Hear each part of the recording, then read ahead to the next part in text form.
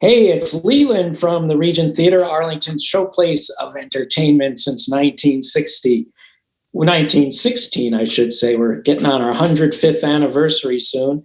And with me is Chachi LaPrette, host of New England's Breakfast with the Beatles, and Beatles film archivist extraordinaire Eric Taros, who also happened to be our co-host for our next big exclusive virtual event, a fundraiser for the Regent Theater, in fact, My Sweet George, a George Harrison birthday celebration on Thursday, February 25th. Hey guys, how you doing?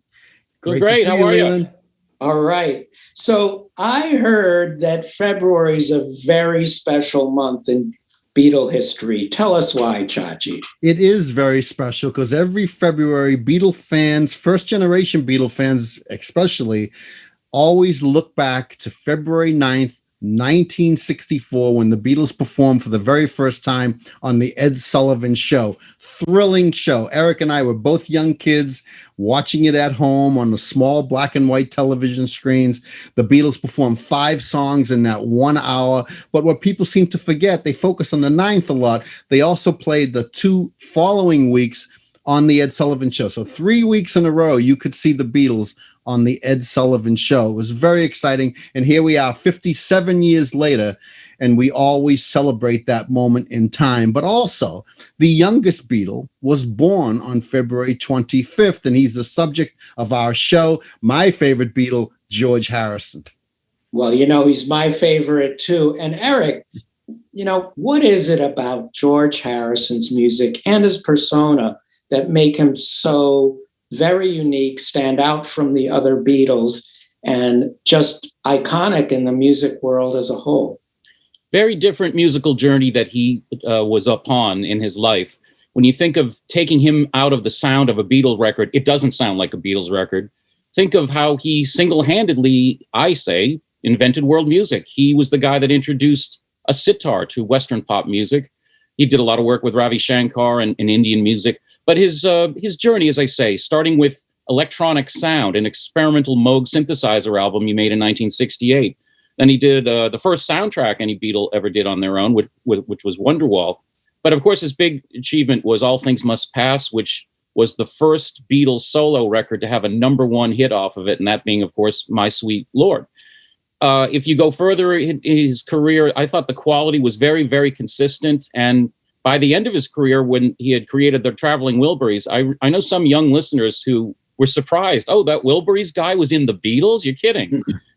So quality and inventiveness all throughout his career. He really is, I think, the most successful of the solo Beatles.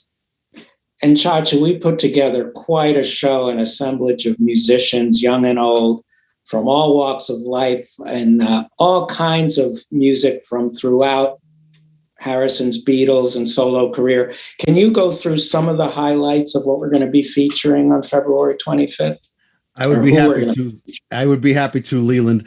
What we did back in October, as you remember, we did a John Lennon virtual birthday party at the Regent. Eric and I had the honor of hosting it on the Regent stage, which we love. We love the Regent Theater. We invited several bands that performed at that show because we got such a great response. We have Adam Sherman, formerly of Private Lightning, a really fantastic musician and artist. He'll be with us.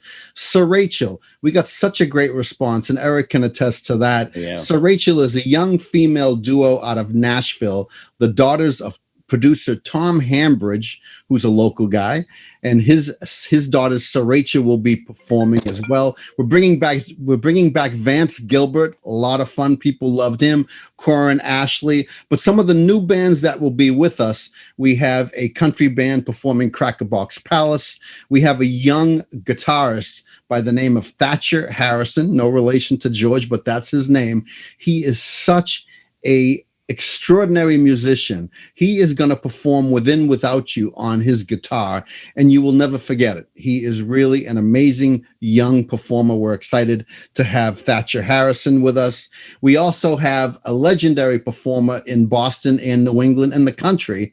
He performs with Peter Wolf all the time. The fantastic Duke Levine will be with us, and he'll be backed up by a band called the Super Sweet Sounds of the 70s. So we have more surprises. I don't want to give them all out right now, but we do have a full evening of performers singing our favorite George Harrison songs as a Beatle and a solo artist. Yeah, we've got local musicians and people from, as we said, across the country, possibly across the world, but we'll save that surprise.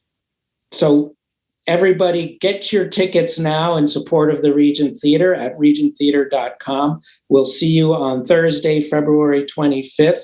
And also check out the auction items. We're going to have some very cool auction items that evening. And also to let you know, we've launched our new fundraising website, supporttheregent.com, and you can buy all kinds of Regent shirts and merchandise there as well. So lots going on. We're excited about February 25th and hosting you guys and seeing everybody out there in Beatles George Harrison land. Well, I will tell you, Leland, for a special price, you get a really nice commemorative poster that if you want, Eric and I will autograph, but the artwork that Eric creates surrounding our shows are really phenomenal. Wait till you see the My Sweet George poster, and you're going to want it for your home because I'm going to have one framed in my house as well. I need one right behind me, right on that wall right now. That's right. Look forward to that. Take care, everyone. See you, Leland. See you there.